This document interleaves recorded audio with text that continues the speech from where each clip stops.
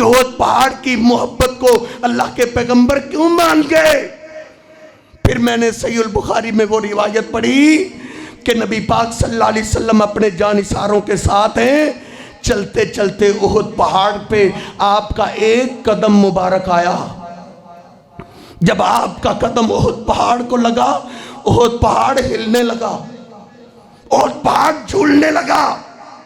نبی پاک صلی اللہ علیہ وسلم نے اس کے اوپر ایک قدم مارا اور اس کو کہا، اس کو نو اے احد ٹھہر جا۔ کس کو کہا ہے؟ پہاڑ کو، بے جان کو۔ علم کی ڈگریاں نہیں، نام کے ساتھ چار چار القابات نہیں لگے، ایک پہاڑ ہے، اللہ کے پیغمبر سے پیار کرتا ہے، آرڈر آیا ٹھہر جا۔ کعبہ کے رب کی قسم اٹھا کے کہتا ہوں، آج اس آرڈر کو گزرے ہوئے 1400 سال سے لمبا عرصہ ہو گئے، احد پہاڑ اس کے بعد کبھی نہیں ہلا۔ تیرے سائنسدان بتاتے ہیں پہاڑی علاقوں میں سب سے زیادہ زلزلے آتے ہیں، زلزلے آئے لیکن پہاڑ نے اپنے آپ کو ہلنے نہیں دیا۔ کیوں نہیں ہلنے دیا؟ اس کو کس نے کہا تھا ٹھہر جا؟ اس کے محبوب پیغمبر نے کہا تھا ٹھہر جا۔ اس کو ایک آرڈر ملا، وہ 1400 سال سے کبھی نہیں ہلا۔ مجھے بھی آقا کے آرڈر ملتے رہے، آپ کے کانوں میں بھی صدائیں پڑتی رہی، میں اپنی زبان کا گندہ استعمال کرنے لگا، میرے دل سے صدا آئی، اور تیرے پیغمبر نے تجھے روکا ہے۔ میں گالی گلوچ بکنے لگا، دل سے صدا آئی، اور سنتے سناتے تجھے زندگیاں گزر گئی، تیرے پیغمبر نے تجھے جھوٹ بولنے سے روکا ہے، گالی دینے سے روکا ہے۔ میں اپنی آنکھوں کا گندہ استعمال کرنے لگا، دل سے صدا آئی ٹھہر جا، تیرے پیغمبر نے تجھے روکا ہے۔ میں اپنے کانوں کا گندہ استعمال کرنے لگا، رات کی تاریکی ہوتی ہے، بے حیائی دیکھنے لگا، لوگوں کی عزتوں پہ ڈاکے ڈالنے لگا، دل سے صدا آئی، اور تیرے پیغمبر نے تجھے بے حیائی سے کتنا روکا ہے۔ میں نے اپنے آپ کو نہیں روکا، میں اپنی ماں کی نافرمانی کرنے لگا، دل سے صدا آئی، ارے ٹھہر جا، میں نے اپنے آپ کو پھر بھی نہیں روکا، میں اپنے باپ کی گستاخی کرنے لگا، دل سے صدا آئی، ٹھہر جا، باپ کی بے ادبی سے تیرے پیغمبر نے تجھے روکا ہے۔ میرے محلے کی مسجدوں سے اذانوں کی صدائیں آتی رہیں، حضور کی صدائیں دل میں آتی رہیں، ارے ٹھہر جا، ہر کام چھوڑ دے، آجا مسجد کی طرف۔ میں نے اپنے کام کو نہیں روکا، میں نے اپنی گاڑی کو نہیں روکا، میں نے اپنے ٹریکٹر کو نہیں روکا، میں نے اپنے چارہ کاٹنے والی مشین کو نہیں روکا۔ پہاڑ تو تھم گیا ہے، میں اور آپ تو نہیں نا تمہیں، پھر آج جا کے فیصلہ کر لینا بستر پہ لیٹ کے، وہ احد پہاڑ سچی محبت کرنے والا تھا یا میں اور آپ ہیں؟ تو یہ محبت کوئی ایسی بھی نہیں جو انہونی ہو۔ یہ محبت، اگر میں اس محبت کا ایک ورق پلٹوں تو میں یہ بھی کہہ سکتا ہوں لوگوں، یہ بھی محبت کوئی محبت نہیں، اس سے کہیں زیادہ وہ محبت تھی جو میرے محبوب پیغمبر کے غلام آپ سے کیا کرتے تھے۔ نبی پاک صلی اللہ علیہ وسلم جمعے کی نماز سے فارغ ہوئے، ایک صحابی گھبرایا ہوا آیا، عرض کرتا ہے اللہ کے رسول، عبداللہ بن رواحہ وہ مسجد کی گلی میں دھوپ میں بیٹھے، اس نے سارا جمعہ ادھر گزار دیا ہے، اللہ کے رسول اس نے جمعے کی نماز بھی وہ گلی میں دھوپ میں بیٹھ کے پڑھی ہے، وہ اپنے قدم نہیں ہلا رہا۔ مدینے کی گرمی، مدینے میں جانے والے لوگ جانتے ہیں کہ کس قدر شدت کی گرمی ہے۔ نبی پاک صلی اللہ علیہ وسلم جلدی سے اٹھے، دیکھا عبداللہ بن رواحہ پسینے میں نہائے ہوئے، کہا عبداللہ تم ادھر بیٹھے ہو؟ کہا ہاں اللہ کے رسول، آج مجھے جمعے کی نماز کے لیے آتے آتے دیر ہو گئی تھی۔ کہا ادھر کیوں بیٹھے ہو؟ کہا جب چلتے چلتے میں ادھر پہنچا، میرے کانوں میں آپ کی آواز پڑی بیٹھ جاؤ۔ آقا میں ادھر ہی بیٹھ گیا تھا، میں نے اس کے بعد اپنے قدم کو نہیں ہلایا۔ وہ عبداللہ تیرے محبوب پیغمبر تجھے دیکھ نہیں رہے، ان کا آرڈر تو تیرے کانوں میں پڑ گیا ہے نا، دیکھنا۔ محبت کا تقاضا یہ ہے اس آرڈر کے بعد ایک قدم بھی آگے نہ چلو۔ وہ ایک ایک حکم پہ جان قربان کر دیا کرتے تھے۔ آخری بات اور میرا سلام، مدینے کی فضاؤں میں آواز گونجی، دشمن نے اچانک حملہ کیا ہے، او مجاہدو آ جاؤ، اللہ کے پیغمبر تمہیں طلب کر لے۔ سیدنا حنظلہ رضی اللہ تعالیٰ عنہ شادی کی پہلی رات ہے، کان میں آواز پڑی، فوراً ہی اٹھ بیٹھے اور غسل کرنے کے لیے جانے لگے۔ خیال آیا کہ اعلان کرنے والا تو کہہ رہا تھا کہ اللہ کے پیغمبر تمہیں فوراً بلا رہے، اے حنظلہ تو غسل کرے گا تو تجھے دیر ہو جائے گی، چھوڑ غسل کو۔ اس نے اپنا سامان اسلحہ اٹھایا، میدان مقتل میں کود گئے، حضور پاک کا دفاع کرتے کرتے اپنی جان قربان کرتے۔ نبی پاک صلی اللہ علیہ وسلم جب دشمن بھاگ گیا میدان چھوڑ کے، آپ شہداء کا معائنہ کر رہے تھے، معائنہ کرتے کرتے حنظلہ کی میت پاک آئی، آپ ایک دم پیچھے ہٹ گئے۔ آپ نے فرمایا میرے حنظلہ کے گھر والوں کو لاؤ۔ صحابہ حیران ہیں، آج حنظلہ کے گھر والوں کو بلایا جا رہا ہے۔ حنظلہ کے گھر والوں کو لایا گیا، کہا بتاؤ میرا حنظلہ کس کیفیت میں آیا تھا؟ وہ روتے ہوئے بتاتے اللہ کے رسول آپ جانتے ہیں آپ کے حنظلہ کی شادی کی پہلی رات تھی، غسل فرض ہو چکا تھا، دیر سے ڈرتے ہوئے آپ کے حنظلہ نے غسل نہیں کیا۔ نبی پاک صلی اللہ علیہ وسلم رحمت للعالمین، آپ کی آنکھیں برس پڑی، آپ روتے ہوئے فرماتے ہیں بس یہی بات ہے، میں بھی حیران تھا، باقی بھی تو میرے شہداء پڑے ہیں لیکن صرف حنظلہ کو فرشتے جنت کے پانی سے غسل دے رہے ہیں۔ یہ وہ صحابہ اکرام تھے جنہوں نے حضور پاک سے سچی محبت کی، آپ کے ایک ایک آرڈر پہ انہوں نے نماز کیا، جذبات کیا، مال کیا، اولاد کیا، انہوں نے اپنی جانوں تک کے نذرانے پیش کر دیے تھے۔ اللہ ہمیں بھی حضور پاک سے ایسی غلامی کرنے کی توفیق عطا فرمائے۔ اللہ پچھلی زندگی کی کمی کوتاہیاں ہمیں معاف فرمائے، آئندہ سے اپنے محبوب پیغمبر سے سچی محبت کرنے کی توفیق عطا فرمائے۔ وَأَقُولُ قَوْلِي هَٰذَا أَسْتَغْفِرُ اللَّهَ لِي وَلَكُمْ وَلِسَائِرِ الْمُسْلِمِينَ۔